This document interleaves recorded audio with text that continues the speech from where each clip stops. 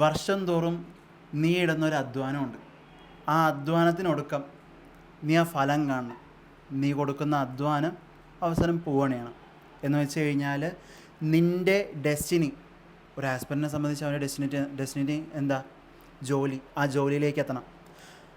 അതുപോലെ ആ ജോലിയിലേക്ക് എത്തുന്നതിനുള്ള ഫസ്റ്റ് കടമ്പ, അതായത് നമ്മുടെ പ്രിലിംസ് എക്സാം, അങ്ങനത്തെ ഒരു ദിവസമാണ് ഇന്ന്. മക്കളെ, ഇന്ന് ജൂൺ 5 ലോക പരിസ്ഥിതി ദിനം. അതിൻ്റെ ഒപ്പം തന്നെ RRB NTPC exam first day ആണിന്ന്. ഫസ്റ്റ് ഷിഫ്റ്റ് കഴിഞ്ഞ ഒരു സ്റ്റുഡൻറ്റിനോട് നമുക്ക് നേരിട്ട് സംസാരിച്ച് കാര്യങ്ങൾ ചോദിക്കാം. ഞാൻ വിഷ്ണു, എൻ്റെ ഒപ്പം ഞാൻ റോണിയ. നമ്മുടെ റോണിയ മിസ്സും ഉണ്ട്. Welcome to Success Academy. നമുക്ക് നമ്മുടെ സ്റ്റുഡൻറ്റിനെ വിളിച്ച് സംസാരിക്കാം. Hello hello വിന്ധ്യയാണോ? വിന്ധ്യ, ഞാൻ വിഷ്ണു, സക്സസ് അക്കാഡമിയിൽ നിന്ന്. ഓക്കെ, ഇന്ന് എക്സാം ഉണ്ടായിരുന്നല്ലോ അല്ലേ വിന്ധ്യക്ക്? എങ്ങനെ ഉണ്ടായിരുന്നു എക്സാം? എങ്ങനെ ഉണ്ടായിരുന്നു? എക്സാം വന്നിട്ട് ഈസി മോഡറേറ്റ് എന്ന് പറയാൻ പറ്റും. Easy to moderate. എന്ന് വെച്ചിട്ടുണ്ടെങ്കില് ജികെ കുറച്ച് മോഡറേറ്റ് ലെവലായിരുന്നു ക്വസ്റ്റ്യൻസ്. Okay okay. പിന്നെ ബാക്കി റീസണിങ്ങും മാത്സും കുഴപ്പമൊന്നുമില്ലായിരുന്നു, ഈസി ഉണ്ടായിരുന്നു. 100% അക്യുറസി എന്ന് പറയാൻ പറ്റും. കുറച്ച് ടഫ് ഉണ്ടായിരുന്നു. എത്ര അറ്റംപ്റ്റ് പോയി? 73 അറ്റംപ്റ്റ്. ഗുഡ്. വിന്ധ്യ ഏതായിരുന്നു ബാച്ച്? ഏതായിരുന്നു? ഞാൻ ജനുവരി ബാച്ച് ആയിരുന്നു സർ. ഓക്കെ, അറ്റംപ്റ്റ് എത്ര വന്നു? 73 വന്നല്ലേ? Okay, good. എങ്ങനെ ഉണ്ടായിരുന്നു ക്വാണ്ടൊക്കെ? എങ്ങനെ ഉണ്ടായിരുന്നു? ഏതൊക്കെ ടോപ്പിക്കിൽ നിന്നായിരുന്നു കൂടുതലും കണ്ടിട്ടുണ്ടായേ? എല്ലാ ടോപ്പിക്സിൽ നിന്നും ഉണ്ടായിരുന്നു. ഡിവിസിബിലിറ്റി ഉണ്ടായിരുന്നു, ഒരു 4-5 ക്വസ്റ്റ്യൻസോളം ഉണ്ടായിരുന്നു. ഡിവിസിബിലിറ്റി നമ്പർ സിസ്റ്റം അല്ലേ? ഓക്കെ. സിംപ്ലിഫിക്കേഷൻ ഇല്ലേ, അതേ ഇതേപോലെ 4-5 ക്വസ്റ്റ്യൻസ് ഉണ്ടായിരുന്നു. ഏത് സിംപ്ലിഫിക്കേഷൻ ഉണ്ടായിരുന്നു? അതെ, 4-5 ക്വസ്റ്റ്യൻസ് ഉണ്ടായിരുന്നു. ഓക്കെ 4 to 5 ക്വസ്റ്റ്യൻസ് ഉണ്ടായിരുന്നു. ഓക്കെ, പിന്നെ DI ഉണ്ടായിരുന്നോ? എത്ര ക്വസ്റ്റ്യൻസ് ഉണ്ടായിരുന്നു? ഒരെണ്ണം ഉണ്ടായിരുന്നുള്ളൂ. DI ഒരെണ്ണം എന്ന് വെച്ച് കഴിഞ്ഞാൽ ഒരു ക്വസ്റ്റ്യൻ മാത്രമാണോ, ഒരു സെറ്റ് അങ്ങനെ എന്തായിരുന്നു? ഒരെണ്ണം മീൻസ് ഒരു ക്വസ്റ്റ്യൻ, അതിൽ നിന്ന് ഒരു മീൻസ് നമ്മുടെ ഒരു ചാർട്ട് തന്നിട്ട് ഒരെണ്ണം മാത്രം എഴുതാൻ. ഓക്കെ. എന്തായിരുന്നു ചോദിച്ചിട്ടുണ്ടായിരുന്നത് DIയിൽ? ഇല്ല, കുഴപ്പമില്ല. ഓക്കെ. പിന്നെ വേറെ ഏതൊക്കെ ടോപ്പിക്കുകൾ വന്നിട്ടുണ്ടായിരുന്നു? Time and work, time speed distance, അങ്ങനെ എന്തെങ്കിലും ഉണ്ടായിരുന്നു? ടൈം ആൻഡ് വർക്കിൽ ഉണ്ടായിരുന്നു. ഒരു 2 ക്വസ്റ്റ്യൻസോളം ഉണ്ടായിരുന്നു. ടൈം ആൻഡ് വർക്ക് അല്ലേ? 2 to 3 ക്വസ്റ്റ്യൻസോളം ഉണ്ടായിരുന്നു ടൈം ആൻഡ് വർക്കിൽ നിന്ന്. പിന്നെ റേഷ്യോ ആൻഡ് പ്രൊപ്പോർഷൻ എന്ന് പറയാൻ വേണമെങ്കിൽ നമ്മുടെ ഫോർത്ത് പ്രൊപ്പോർഷൻ അങ്ങനെ കാണില്ലേ നമ്മൾ, അതേ ടൈപ്പ് ഉണ്ടായിരുന്നു. പിന്നെ നമ്പർ സിസ്റ്റം എന്ന് പറയാനായിട്ട്, നമ്പർ സിസ്റ്റം മറ്റേത് സിംപ്ലിഫിക്കേഷൻ ടൈപ്പ് ആയിരുന്നു. ഇതിൽ നമ്പർ സിസ്റ്റത്തിൽ HCF LCM വെച്ചിട്ട് ഒരു ക്വസ്റ്റ്യൻ ഉണ്ടായിരുന്നു. അത് ഭയങ്കര സിമ്പിൾ ഉണ്ടായിരുന്നു. LCM മാത്രം ഫൈൻഡ് ഔട്ട് ചെയ്യാനായിട്ടുള്ള അത് ഭയങ്കര സിമ്പിൾ ആയിട്ടുള്ള ഒരു ക്വസ്റ്റ്യൻ ഉണ്ടായിരുന്നു. പിന്നെ ആവറേജിൽ നിന്ന് ഉണ്ടായിരുന്നു 2 to 3 ക്വസ്റ്റ്യൻസോളം ഉണ്ടായിരുന്നു. ഭയങ്കര കാൽക്കുലേറ്റീവ് ആയിട്ട് ഏതെങ്കിലും ഭാഗം കണ്ടായിരുന്നോ? അത് ടൈം ആൻഡ് ഡിസ്റ്റൻസിൽ കുറച്ച് കാൽക്കുലേറ്റീവ് ആയിട്ട് തോന്നി. കാൽക്കുലേറ്റീവ് ആയിരുന്നു. എങ്ങനെയായിരുന്നു? ആവറേജ് സ്പീഡ് അങ്ങനെ എന്തെങ്കിലും ആയിരുന്നു ചോദിച്ചേ, അതോ? അല്ല, കുറച്ച് ഡിസ്റ്റൻസിന്റെ ബേസ്ഡ് ആയിരുന്നു. അത് കുറച്ച് കാൽക്കുലേറ്റീവ് ആയിട്ട് ചെയ്തു. പക്ഷെ ഒരു ഇത്തിരി നമ്മള് സാധാരണ റേഷ്യോ എല്ലാം ബേസ്ഡ് അല്ല ചെയ്യല്, അപ്പൊ അതുകൊണ്ട് ഒരു ഇത്തിരി കാൽക്കുലേറ്റീവ് ആയിട്ട് തോന്നി. പിന്നെ സ്റ്റാറ്റിസ്റ്റിക്സില് അതെ, അതില് മീഡിയൻ ബേസ്ഡ് ക്വസ്റ്റ്യൻസ് ഉണ്ടായിരുന്നു. ഒരു 2-3 ക്വസ്റ്റ്യൻസോളം ഉണ്ടായിട്ടുണ്ട്. പിന്നെ ഓൾജിബ്രിൻ ഉണ്ടായിരുന്നു, അതും ഇതേപോലെ തന്നെ 2-3 ക്വസ്റ്റ്യൻസ് ഉണ്ടായിരുന്നു. പിന്നെ പ്രോബബിലിറ്റി ഉണ്ടായിരുന്നു. ട്രിഗണോമെട്രിന്ന് ഹൈറ്റ് ആൻഡ് ഡിസ്റ്റൻസിലെ ഒരു ക്വസ്റ്റ്യൻ ഉണ്ടായിരുന്നു. ഹൈറ്റ് ആൻഡ് ഡിസ്റ്റൻസ് അല്ലേ? ഓക്കെ. ട്രിഗണോമെട്രി നമ്മുടെ ടിപ്പിക്കൽ ട്രിഗണോമെട്രി ക്വസ്റ്റ്യൻസ് കണ്ടിട്ടുണ്ടോ? ഇല്ല, ഹൈറ്റ് ആൻഡ് ഡിസ്റ്റൻസ് ബേസ്ഡ് ഉണ്ടായിരുന്നു. പിന്നെ ബോട്ടാൻ സ്ട്രീമിൽ നിന്നുണ്ടായിരുന്നു. പിന്നെ പോളിഗൺ, അതായത് മെൻസുറേഷനില് എന്താണ് ക്വസ്റ്റ്യൻസ്, ഒരു ക്വാഡ്രിലാറ്ററലിന്റെ ഏരിയ, പാരലോഗ്രാം ബേസ്ഡ് അങ്ങനെ ക്വസ്റ്റ്യൻസ് ഉണ്ടായിരുന്നു. പിന്നെ പോളിഗണിനെ കുറിച്ചിട്ടുണ്ടായിരുന്നു. മെൻസുറേഷനിൽ 3D ബേസ്ഡ് ആയത് 2-3 ക്വസ്റ്റ്യൻസോളം ഉണ്ടായിരുന്നത്. പിന്നെ SCA ഡിഫറൻസിന്റെ ഒരെണ്ണം ഉണ്ടായിരുന്നു. ഓക്കെ ഓക്കെ ഓക്കെ അതും ശകലം കാൽക്കുലേറ്റീവ് ആയിട്ട് തോന്നി. ഓക്കെ. റീസണിങ്ങിൻ്റെ കാര്യം നോക്കുകയാണെങ്കിലോ? റീസണിങ്ങില് പസിൽസിലുണ്ടായിരുന്നു. ഓക്കെ. പസിൽ എന്ന് പറയുമ്പോൾ എങ്ങനെ സിറ്റിംഗ് അറേഞ്ച്മെന്റ് പോലത്തെ ആയിരുന്നു? അതെ അതെ അതെ. ഫ്ലോർ അറേഞ്ച്മെന്റ് ഉണ്ടായിരുന്നു ഒരു ക്വസ്റ്റ്യന്. അത് 6% ബേസ്ഡ്. പിന്നെ അതേപോലെ തന്നെ സിറ്റിംഗ് അറേഞ്ച്മെന്റിൽ 6% 2 ക്വസ്റ്റ്യൻ ഉണ്ടായിരുന്നു. 6%ന്റെ 7% ഉണ്ടായിരുന്നു. പിന്നെ ലീനിയർ അറേഞ്ച്മെന്റ് ഉണ്ടായിരുന്നു 2 ക്വസ്റ്റ്യൻ. അതും രണ്ടെണ്ണവും 6%, രണ്ടും 6% ആയെന്നാണ് തോന്നുന്നു. ഐ തിങ്ക് എനിക്ക് അങ്ങനെ ഓർമ്മ വരണേ. Okay okay. ലീനിയറും എന്താ പറയുക അറൗണ്ട് ദി ടേബിൾ എങ്ങനെ? ലീനിയർ ഉണ്ടായിരുന്നു, ഫ്ലോർ അറേഞ്ച്മെന്റ് ഉണ്ടായിരുന്നു. Okay okay okay. പിന്നെ സിറ്റിംഗ് അറേഞ്ച്മെന്റും ഉണ്ടായിരുന്നു. Okay okay okay. പിന്നെ മാത്തമാറ്റിക്കൽ ഓപ്പറേഷൻസ് ചെയ്യാനായിട്ടുണ്ടായിരുന്നു. അതെങ്ങനെ ഒരുപാട് പ്രോബ്ലം ആയി തോന്നി? അത് എങ്ങനെ ഉണ്ടായിരുന്നു? ലെവൽ എങ്ങനെയായിരുന്നു? എളുപ്പമായിരുന്നു. Okay okay okay. നമുക്ക് ക്ലാസ്സിൽ ചെയ്യിപ്പിച്ചതുകൊണ്ട് അത് ഈസി ഉണ്ടായിരുന്നു. Okay okay okay. നമ്മൾ ക്ലാസ്സിൽ വർക്ക്ഔട്ട് ചെയ്ത അങ്ങനെയുള്ള സാധനങ്ങളൊക്കെ കാണാൻ പറ്റും അല്ലേ? ഉണ്ടായിരുന്നു. മാത്തമാറ്റിക്കൽ ഓപ്പറേഷൻസ് ഒക്കെ ഈസി ആയിരുന്നു. കുറെ സിംപ്ലിഫൈ ചെയ്യാനായിട്ടൊക്കെ ഈസി ഉണ്ടായിരുന്നു. ഓക്കെ മാത്സിനൊക്കെ ഓക്കെ ഭയങ്കര ഓക്കെ. ഈസി ആയിട്ടാ ഫീൽ ചെയ്ത്. കാൽക്കുലേഷൻ സ്പീഡ് ഒക്കെ നന്നായിട്ട് പറ്റുന്നതാണ്. പിന്നെ യൂണിറ്റ് ഡിജിറ്റ് ഒക്കെ കാൽക്കുലേറ്റ് ചെയ്തപ്പോഴും മീൻസ് ഓപ്ഷൻ പിക്ക് ചെയ്യാനൊക്കെ എളുപ്പമുണ്ടായിരുന്നു. Okay okay okay. അടിപൊളി അടിപൊളി. സൂപ്പർ. ഓക്കെ. നമ്മുടെ റോണിയ മിസ്സും ഉണ്ട്. GK-യുടെ കാര്യങ്ങൾ റോണിയ മിസ് ചോദിക്കും കേട്ടോ. ഓക്കെ. GK-യുടെ എന്തൊക്കെ ക്വസ്റ്റ്യൻസ് ആണ് ഉണ്ടായിരുന്നത്? സയൻസിൽ നിന്നുണ്ടായിരുന്നു. ഓക്കെ. ക്വസ്റ്റ്യൻസ് ഏതൊക്കെയാന്ന് എനിക്ക് ഓർമ്മയില്ല. എന്നാലും ഏതൊക്കെ ഇതിൽ നിന്ന് വന്നേന്നുള്ളത്. GK കുറച്ച് ടഫ് ആയത് കാരണം എല്ലാം അങ്ങനെ വിട്ട്. എന്നാലും കുറച്ചൊക്കെ ഞാൻ ഓർക്കണേ പറയാം. Okay okay okay. ഓക്കെ. സയൻസിൽ ഉണ്ടായിരുന്ന ഏകദേശം ഒരു 3-4 ക്വസ്റ്റ്യൻസ് ഉണ്ടായിരുന്നു. സയൻസ് എന്ന് പറയുമ്പോൾ മെയിൻ ഫിസിക്സ് ആണോ കെമിസ്ട്രി ആണോ ഏതിന്നാണ് വന്നത്? ഫിസിക്സിന്ന് ഞാൻ എന്താണ് ഇതുണ്ടായിരുന്നു ഒരെണ്ണം, യൂണിറ്റ് ആൻഡ് മെഷർമെന്റ്സിൽ ഒരെണ്ണം ഉണ്ടായിരുന്നു.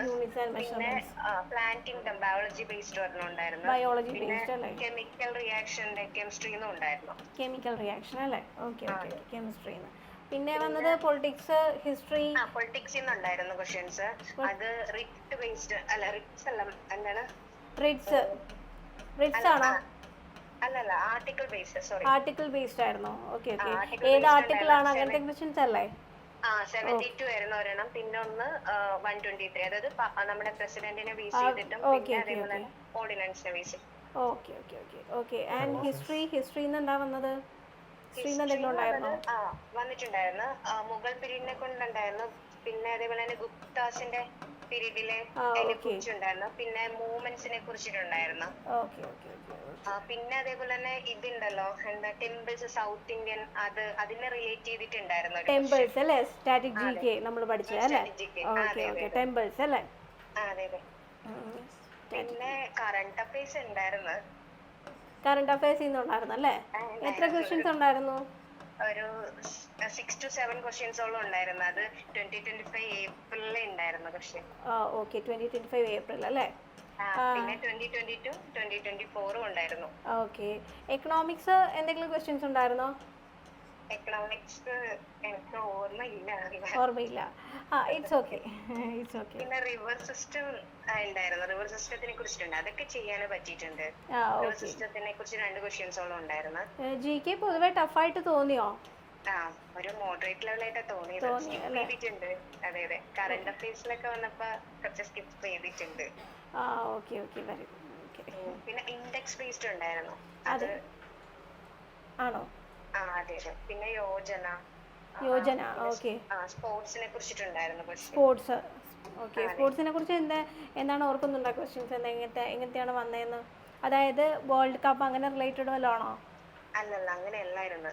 ഒരു പ്രീമിയർ ലീഗ് ആയിരുന്നു. അതെനിക്ക് അറിയില്ലായിരുന്നു. Okay okay okay. പിന്നെ അതേപോലെ തന്നെ കമ്പ്യൂട്ടർ ബേസ്ഡ് ക്വസ്റ്റ്യൻ ഉണ്ടായിരുന്നു. അതെയോ?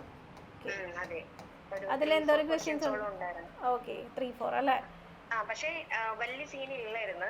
മീൻസ് ഇങ്ങനെ എക്സൽ, ഓപ്പറേറ്റിംഗ് മോഡ്, അതൊക്കെ അങ്ങനത്തേക്ക് തന്നെ സിമ്പിൾ ആയിട്ടുള്ള ക്വസ്റ്റ്യൻസ് ആയിരുന്നു. അപ്പോ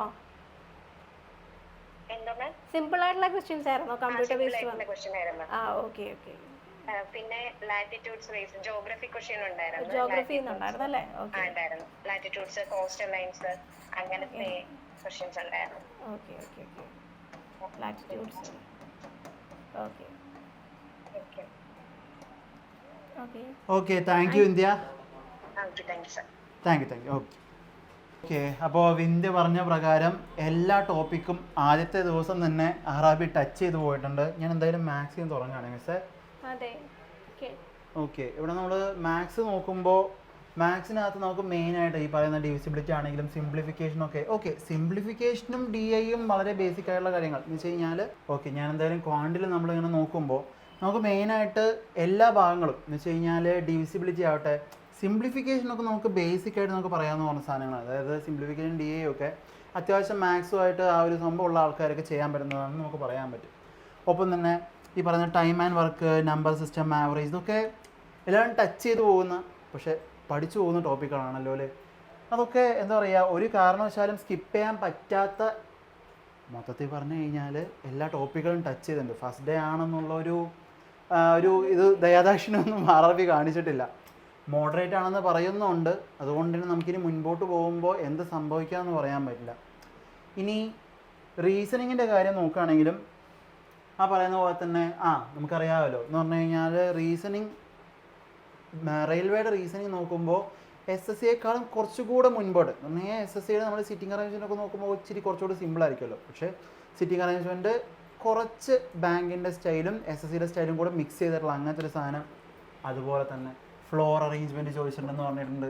സിറ്റിംഗ് അറേഞ്ച്മെൻറ്റ്, അതായത് ലീനിയർ സിറ്റിംഗ് അറേഞ്ച്മെൻറ്റ് തന്നെ ചോദിച്ചിട്ടുണ്ട്.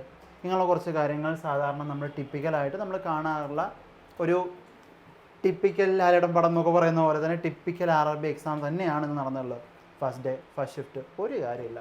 ഓക്കെ, ഇനിയിപ്പോൾ നമ്മൾ റീസണിങ്ങിൻ്റെ ജി കെയുടെ കാര്യങ്ങൾ നോക്കുമ്പോൾ മാം, ജി കെയുടെ കാര്യം നോക്കുമ്പോൾ സയൻസിൽ നിന്നാണെങ്കിലും ഇപ്പോൾ ഫിസിക്സിൽ നിന്ന് അങ്ങനെ കാര്യമായിട്ടൊന്നും വന്നിട്ടില്ല എന്ന് തോന്നുന്നു. കെമിസ്ട്രിയിൽ നിന്നും ബയോളജി എപ്പോഴും ഇച്ചിരി മുമ്പോട്ട് നിൽക്കുന്ന ഒരു സബ്ജക്റ്റാണ്. നമ്മുടെ എക്സാം എടുത്ത് നോക്കിക്കഴിഞ്ഞാൽ ബയോളജിക്കാണ് കുറച്ച് പ്രിഫറൻസ് കൂടുതൽ സയൻസിൽ. അപ്പോൾ ബയോളജിയിൽ നിന്നും കെമിസ്ട്രിയിൽ നിന്നുമാണ് ക്വസ്റ്റ്യൻസ് വരുന്നത്. പൊളിറ്റി ആണെങ്കിൽ നമുക്കറിയാം ആർട്ടിക്കിൾസ് ആണ് പൊളിറ്റിക്കൽ ഏറ്റവും കൂടുതൽ പഠിക്കാനുള്ളത്. നമുക്കത് ഇമ്പോർട്ടൻ്റ് ആയിട്ടുള്ളതാണ്, ഒഴിവാക്കാൻ പറ്റാത്തൊരു കമ്പോണൻ്റ് ആണ് ശരിക്കും അതിൽ പഠിക്കുന്ന സമയത്ത്. അപ്പോൾ ആർട്ടിക്കിൾസിൽ നിന്ന് ചോദിച്ചിട്ടുണ്ട്, 2 ആർട്ടിക്കിൾസേ ചോദിച്ചിട്ടുള്ളൂ. അപ്പോൾ പൊളിറ്റി ആണെങ്കിൽ നമുക്ക് ആർട്ടിക്കിൾസ് ഓൾറെഡി അറിയാം. ആർട്ടിക്കിൾസ് ആണ് നമ്മുടെ ഇമ്പോർട്ടൻ്റ് ആയിട്ടുള്ളൊരു കമ്പോണൻ്റ് ആണ് നമുക്ക് പഠിക്കാനുള്ളതിൽ അല്ലേ. കുറേ ആർട്ടിക്കിൾസ് ഉണ്ട് പഠിക്കാനായിട്ട്. അതിൽ നിന്ന് 2 എണ്ണമാണ് ആകെ ചോദിച്ചിരിക്കുന്നത്. പക്ഷേ എല്ലാം നമുക്ക് കറക്റ്റായിട്ട് തന്നെ പഠിച്ച് പോകണം. എന്നാൽ മാത്രമേ ഈ ഒരു ക്വസ്റ്റ്യൻസ് അറ്റംപ്റ്റ് ചെയ്യാൻ പറ്റുള്ളൂ എന്ന് തോന്നുന്നു. അത്രയും എന്താ പറയുക, ആർട്ടിക്കിൾസിൽ നിന്നാണ് മെയിനായിട്ട് പൊളിറ്റിയിൽ നിന്ന് വന്നിരിക്കുന്നത്. അല്ല മിസ്സേ, അപ്പൊ തന്നെ നമുക്ക് ആർട്ടിക്കിൾസ് ഇന്ന ഭാഗമാണ് ഇമ്പോർട്ടന്റ് എന്ന് അങ്ങനെ എന്തെങ്കിലും ഒരിക്കലും നമുക്ക് പറയാൻ പറ്റത്തില്ല. കാരണം ഇത് കൂടുതൽ പ്രസിഡന്റിന്റെ ആ ഒരു പോർഷൻ, അതായത് 70 ആ ഒരു പോർഷനാണ് ചോദിച്ചിരിക്കുന്നത്. പക്ഷേ എല്ലായ്പ്പോഴും ഇങ്ങനെ ആയിക്കൊള്ളുന്നില്ല. അതുകൊണ്ട് നമുക്ക് ഇന്ന ഭാഗം പഠിച്ചിട്ട് പോയി കഴിഞ്ഞാൽ നന്നായിരിക്കും പറയാൻ പറ്റത്തില്ല. അപ്പോൾ എല്ലാം കറക്റ്റായിട്ട് പഠിക്കണം. ഇനി ഹിസ്റ്ററിയിൽ നിന്നാണെങ്കിലും ഹിസ്റ്ററിയിൽ നിന്ന് മുഗൾ പീരീഡ് അങ്ങനെയുള്ള ക്വസ്റ്റ്യൻസ് ഒക്കെയാണ് കൂടുതലും വന്നിരിക്കുന്നത്. അതും എനിക്ക് തോന്നുന്നു എല്ലാം മോഡേൺ ആയാലും ഏൻഷ്യൻ്റ് ആണെങ്കിലും എന്താണെങ്കിലും തന്നെ അത് കഥ പോലെ തന്നെ പഠിച്ച് വെക്കുക എന്നുള്ളതാണ് മെയിനായിട്ടുള്ള ഒരു ഫാക്ടർ എന്ന് പറയുന്നത്. കറണ്ട് അഫയേഴ്സിൽ നിന്നാണെങ്കിലും നമുക്കറിയാം കറണ്ട് അഫയേഴ്സിൽ നിന്ന് എപ്പോഴും ക്വസ്റ്റ്യൻസ് വരാറുള്ളതാണ്.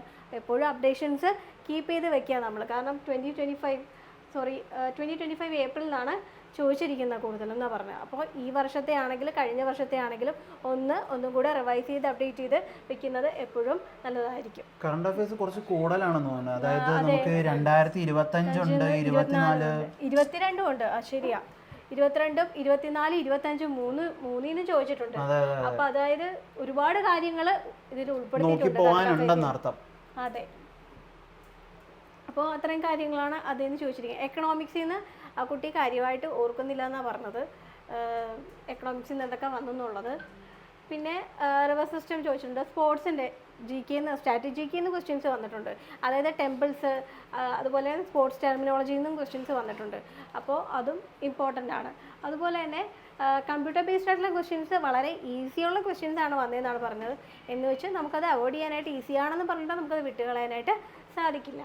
പിന്നെ ജോഗ്രഫിയിൽ നിന്നാണെങ്കിൽ ജോഗ്രഫിയിൽ നിന്ന് എനിക്ക് തോന്നുന്നു വളരെ കുറച്ച് ക്വസ്റ്റ്യൻസ് മാത്രമേ ജോഗ്രഫിയിൽ നിന്ന് വന്നിട്ടുള്ളൂ. കൂടുതലും ഈ ഹിസ്റ്ററി, പൊളിറ്റിയിൽ നിന്നാണ് ക്വസ്റ്റ്യൻസ് ബേസ് ചെയ്ത് വന്നിരിക്കുന്നത്. അപ്പോൾ അതൊന്ന് എപ്പോഴും നമ്മളൊന്ന് ഹൈലൈറ്റ് ചെയ്ത് പഠിക്കുന്നത് നല്ലതായിരിക്കും. എന്ന് വെച്ചാൽ ജോഗ്രഫി പൂർണ്ണമായിട്ട് ഒഴിവാക്കണം എന്നല്ല, ഇതിനകത്ത് ഇപ്പോൾ ചില പോർഷൻസ് മാത്രമേ വളരെ കുറച്ചായിട്ടേ വന്നിട്ടുള്ളൂ, പെർസെൻറ്റേജ് കുറവാണ് ജോഗ്രഫിയിൽ നിന്ന് വന്നേക്കുന്നതിൻ്റെ. അപ്പോൾ നമുക്കത് ആ രീതിയിൽ നമുക്ക് മൊത്തത്തിൽ പറയാൻ പറ്റില്ല, കാരണം വെച്ചാൽ ഇനി അങ്ങോട്ട് ചിലപ്പോൾ അതിൽ നിന്ന് കൂടുതൽ ചോദിക്കാനും മതി. എന്ത് വേണമെങ്കിലും സംഭവിക്കാം, എന്ത് വേണമെങ്കിലും. അതെ, മുൻപോട്ട് പോകുമ്പോൾ ഇങ്ങനെ തന്നെ ഈ ഒരു സ്റ്റൈൽ തന്നെ വരണമെന്ന് യാതൊരു നിർബന്ധവും ഇല്ല. എന്ത് വേണമെങ്കിലും ചിലപ്പോൾ ഇപ്രാവശ്യം നമുക്ക് റിവേഴ്സസ് അല്ലെങ്കിൽ ജോഗ്രഫിയിൽ നിന്ന് കുറവാണെങ്കിൽ അടുത്ത എക്സാമിന് ജോഗ്രഫിയിൽ നിന്ന് കൂടുതൽ വരാമെന്ന്. അങ്ങനെ ഇപ്പോൾ ഈ കൊല്ലം ഫസ്റ്റ് ഷിഫ്റ്റിൽ ഇപ്പോൾ നമ്മൾ ചോദിച്ചതിൽ മീഡിയവൽ ഇന്ത്യ നമ്മുടെ മുഗൾ പീരീഡ് കാര്യങ്ങൾ അടുത്ത എക്സാമിന് ചോദിക്കാതിരിക്കാം, എന്ത് വേണമെങ്കിലും സംഭവിക്കാം എന്നുള്ളതാണ് പറയുന്നത്. ഓക്കെ, അതായത് നമ്മൾ പഠിച്ചു പോകേണ്ട കാര്യങ്ങൾ എല്ലാം പഠിക്കേണ്ട ആവശ്യമുള്ള മക്കളെ, എല്ലാം കൃത്യമായിട്ട് പഠിക്കുക, ഒന്നും അവോയ്ഡ് ചെയ്യാനായിട്ട് ഒന്നുമില്ല, എല്ലാം പഠിക്കുക എന്നുള്ളത് തന്നെയാണ്. എന്നാലും അവർ ആവറേജ് ആയിട്ട് ഒരു മോഡറേറ്റ് ലെവലിൽ തന്നെ കൊണ്ടുപോകും എന്നുള്ളൊരു വിശ്വാസവും കൂടെ ഉണ്ട്. ഒരുപാട് ടഫാക്കാതെ അങ്ങനെ കൊണ്ടുപോയതാണല്ലോ ഉറപ്പായിട്ടും. പിന്നെ നല്ലൊരു ആസ്പിറൻറ്റിന് എക്സാം ക്രാക്ക് ചെയ്യാൻ പറ്റും, അതായത് ടഫ്നെസ് ലെവലിൽ ഒരുപാട് മുൻപോട്ട് അവർ മുകളിലോട്ട് പോയിട്ടില്ലല്ലോ, അത് നല്ലൊരു ആസ്പിറൻറ്റിനെ സംബന്ധിച്ച് അതൊരു പ്ലസ് പോയിന്റ് തന്നെയാണ്. സ്കോർ ചെയ്യാൻ ആ ഒരു ലെവൽ മതിയാവും തന്നെയാണ് എൻ്റെ ഒരു വിശ്വാസം. ഓക്കെ, അപ്പോൾ എന്തൊക്കെയായാലും നിങ്ങളുടെ പഠിത്തം നല്ല അടിപൊളിയായി പോട്ടെ, അല്ല അതിൽ കൂടുതലൊന്നും പറയാനില്ല.